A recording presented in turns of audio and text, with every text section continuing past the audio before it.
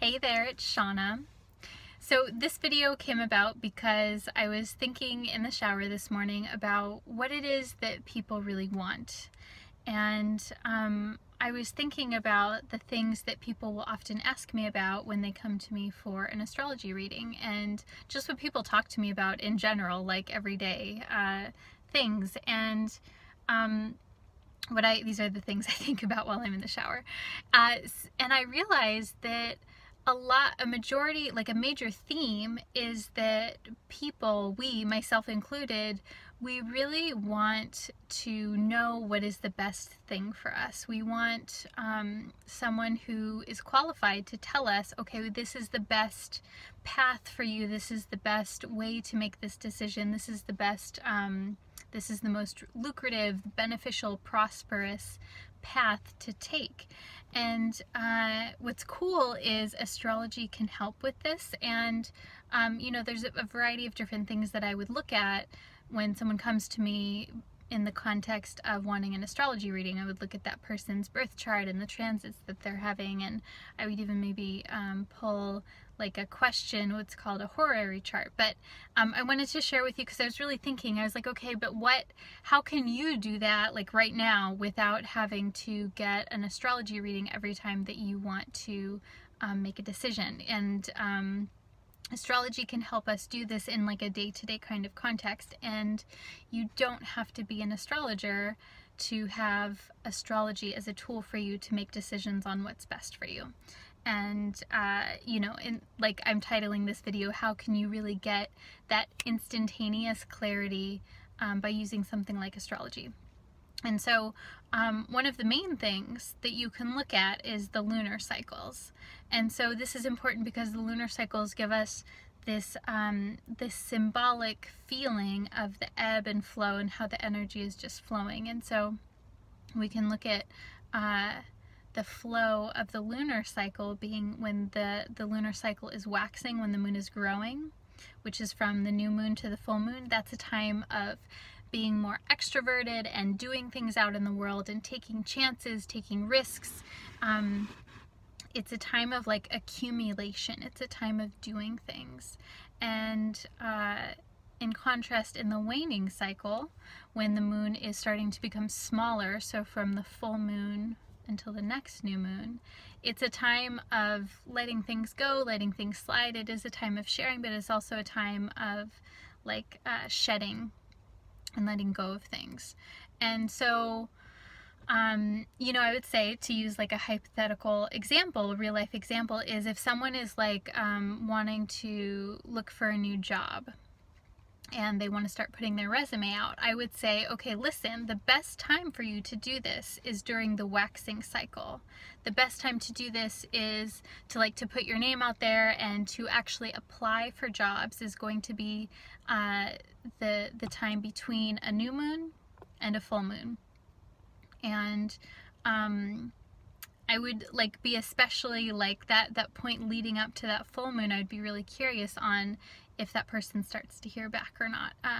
And that's not to say that if you put out job applications during the opposite period, during the waning moon phase, that nothing will happen. It doesn't really, it's not like it's a bad time, but if you want to go with that flow of the energy and you want to decide when it is that you want to start to put out your resumes, that can help you.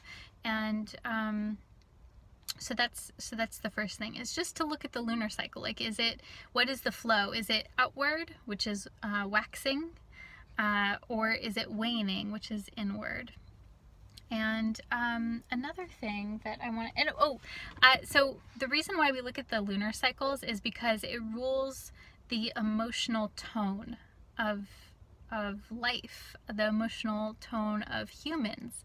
And this is for you personally, so your emotional tone from from day to day, and as the moon goes through its different cycles, we reflect that, we respond to that. and it's just the general emotional tone of the public as well. And so like everyone is feeling, we're all feeling into this vibe. It makes me think of those fishes that where if one fish, I can't remember the name of the fish, but I think you know what I'm talking about, where they're like in a school, and if one fish turns, then the whole entire school turns. And so I want us to like sync up with that, to at least know what the school of fish is doing. And so that benefits you to really work with that. The other part of the moon that I want you to know that can help you make decisions as well is to know what sign the moon is in when you're going to take an action on something. So if you're like trying to make a decision on when you should take an action, you can look at the sign that the moon is in every single day. And this, you can just Google this. You can look it up on my Instagram, because I post pretty much every day on what the moon sign is. And then you can look at, okay, like what is the feeling of that sign? Is it more extroverted, about like taking risks, like Aries or Sagittarius or Leo, fire signs? Or is it more introverted, and a water sign like Pisces or Cancer? And so if there's something that you want to do that requires a bit of courage, I would say totally, you know, plan on doing that, or plan on doing those types of things when there's an Aries moon or a Sagittarius moon or even a Leo moon.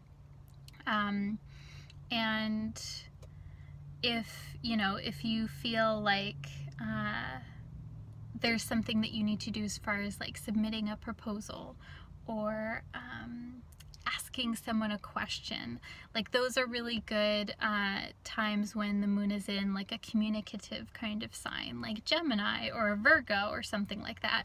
Like you know, in contrast, if you need to ask someone about something, I wouldn't suggest doing it during a Pisces moon or a Cancer moon, because the energy is more about emotions and like being reactionary versus actually thinking about things.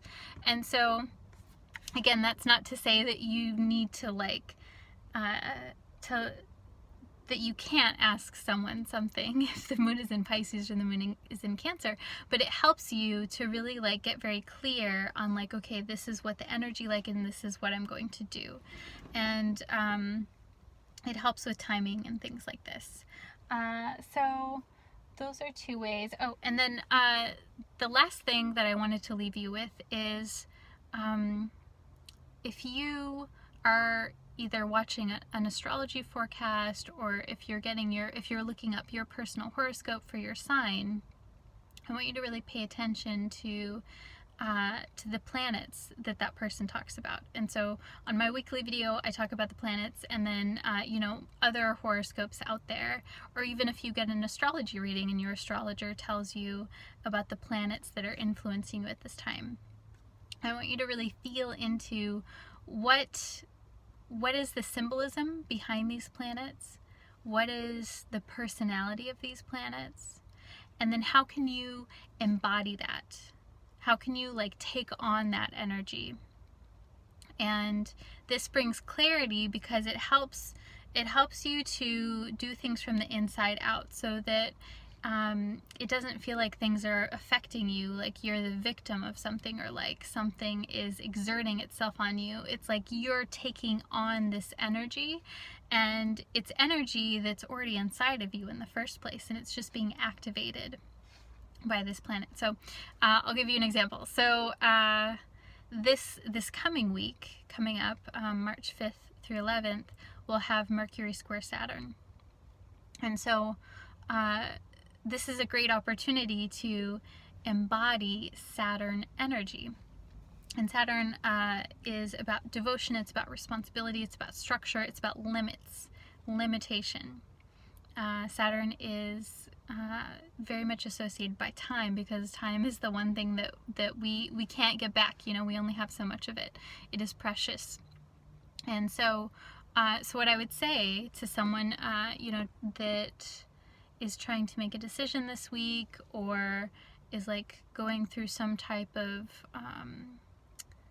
where, yeah, like if you're trying to make a decision, or you have some different possibilities that you're thinking of, or maybe you just feel like you're in a funk, I don't know. How can you embody this Saturn energy? And what that may look like is setting boundaries for yourself, setting a structure for your life, taking responsibility for your life, and taking responsibility for the things that maybe you need to do but that aren't super fun, but that will be beneficial for you in the long term. And really getting your mind wrapped around that. And, you know, this can mean so many different things for different people because everyone's different, our temperament is different. But that's just another example of how you can really use this energy to gain clarity. Because when you think about how to embody the energy that's happening in the astrology, whether that's like forecast or a transit that you're having personally, like this example of Mercury Saturn, this could apply if you're having a Saturn transit to like your moon or your sun or your Mercury. How can you embody that Saturn energy that's being activated inside of you? So I feel like that was a lot of information. I hope it wasn't TMI. I hope you find this interesting, and it was just something that I was thinking about today. And of course, it's super helpful and can be very clarifying, and it can be clarifying and reassuring to get an astrology reading. But I wanted to leave something with you that you know you can do just like on your own every day. And again, I don't think that you need to be an astrologer to really benefit from astrology. So that's all for today. If you like this video, let me know. If you have comments or questions, let me know. And until next time, I will talk to you soon. Namaste.